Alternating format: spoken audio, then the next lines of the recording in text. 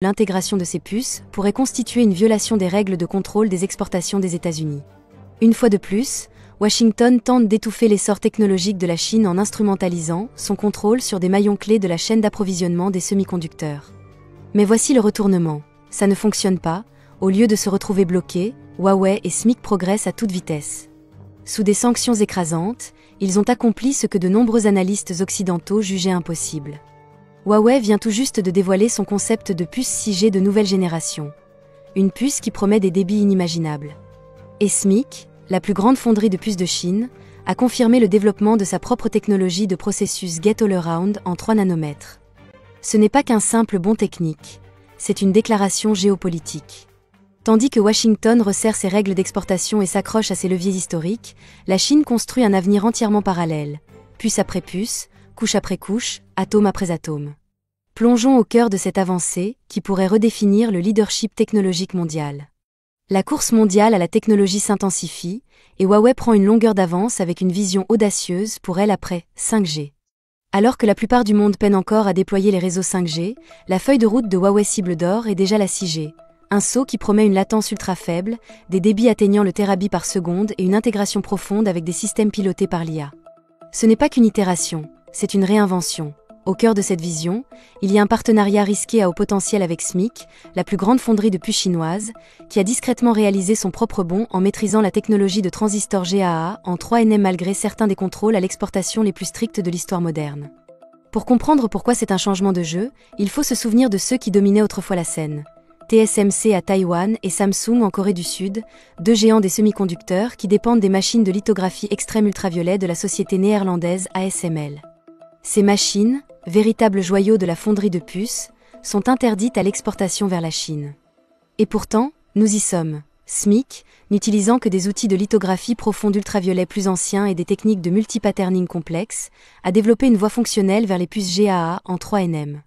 Cela défie non seulement les limites techniques, mais aussi les hypothèses de toute une industrie. Ce n'est pas juste une puce, c'est une déclaration. La Chine ne fait pas que rattraper son retard, elle innove sous pression. Regardons de plus près la feuille de route 6G de Huawei. Contrairement à la 5G, qui a apporté des débits plus rapides et une couverture plus large, la 6G vise à introduire la communication holographique en temps réel, l'intelligence ambiante et l'informatique en périphérie intelligente. On parle d'appareils capables de prédire vos actions avant même que vous ne les réalisiez. Les débits de transfert de données pourraient atteindre un Tbps, la latence pourrait tomber sous la milliseconde.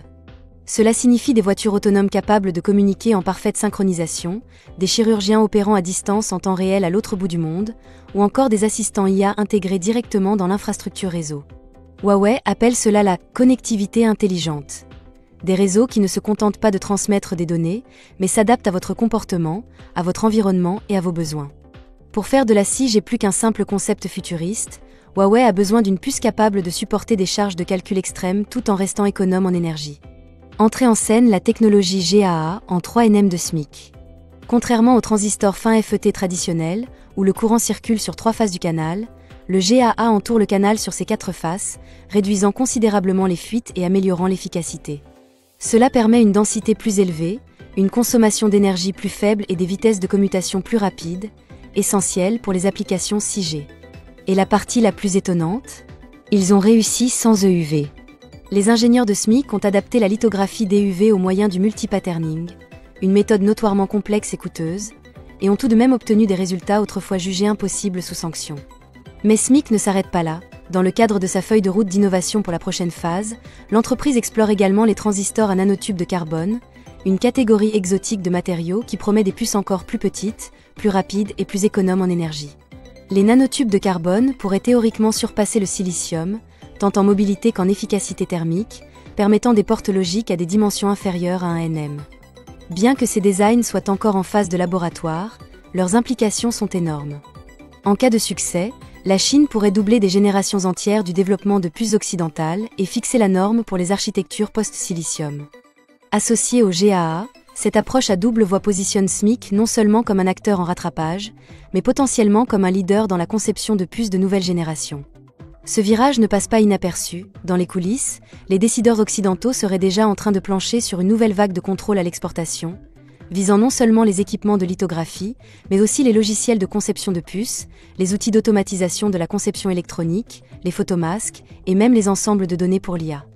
La logique est simple. Si la Chine peut fabriquer des semi-conducteurs de pointe sans EUV, le manuel actuel a échoué. Il ne s'agit plus seulement de bloquer l'équipement, il s'agit de perturber toute la chaîne d'innovation. Nous entrons dans ce que certains experts appellent désormais la « guerre froide technologique 2.0 ». Un affrontement géopolitique où ce sont les puces et non les missiles qui définissent la suprématie mondiale. Se dessine ainsi une histoire de deux écosystèmes.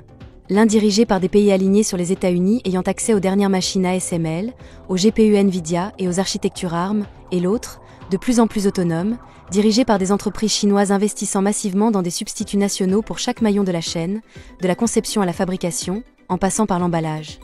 Les logiciels et les cadres informatiques. Cette divergence pourrait remodeler l'économie mondiale. Des pays, des entreprises, voire des universités pourraient être contraints de choisir à quelle pile technologique ils appartiennent.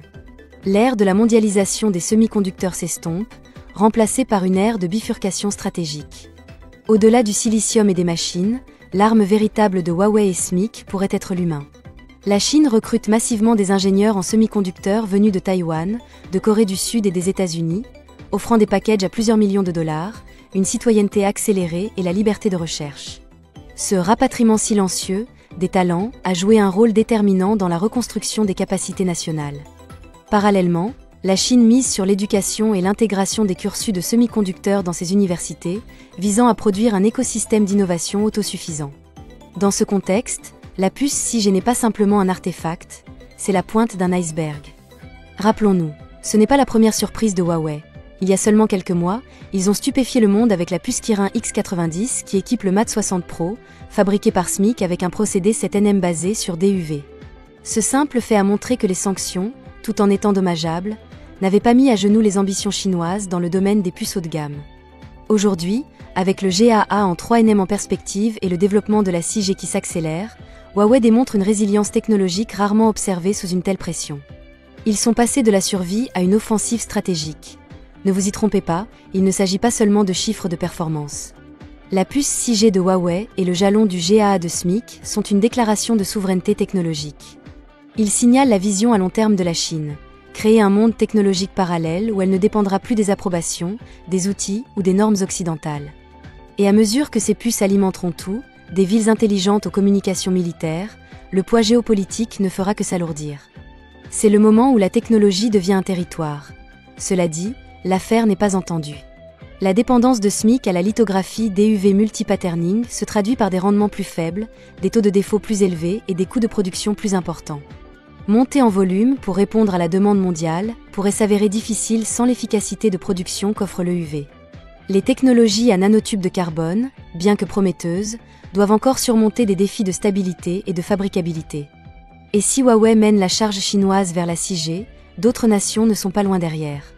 Le Japon, la Corée du Sud, les États-Unis et l'Europe financent déjà des initiatives parallèles sur la 6G, et une guerre des standards mondiaux devrait éclater au cours des 5 prochaines années. Alors, qu'est-ce qui vient ensuite? Mais voici le retournement. La bataille la plus importante ne se déroulera peut-être pas dans les salles blanches ou les laboratoires de test, elle pourrait se jouer dans le code. Si Huawei et SMIC associent ce bon matériel à des modèles d'IA souverains, des cadres Edge et leur propre système d'exploitation, le futur numérique pourrait se fracturer, en un monde alimenté par les logiciels américains et un autre façonné par les plateformes chinoises. Une fois cette ligne franchie, ce ne sera plus seulement une question de suprématie technologique. Ce sera l'indépendance culturelle et cognitive. Alors, qu'en pensez-vous? Assistons-nous à l'aube d'un nouvel ordre technologique, où les puces chinoises redéfinissent les règles? Ou est-ce une victoire à court terme qui se heurtera à des obstacles à long terme? La 6G de Huawei et le GAA 3nm de SMIC vont-ils remodeler le pouvoir mondial, ou s'essouffler sous la pression de la production? Faites-le moi savoir dans les commentaires, et si vous pensez que la guerre des puces ne fait que commencer, likez cette vidéo, partagez-la avec quelqu'un encore bloqué dans la réflexion 5G, et abonnez-vous pour d'autres analyses pointues sur la technologie. Car une chose est sûre, le futur n'attend pas.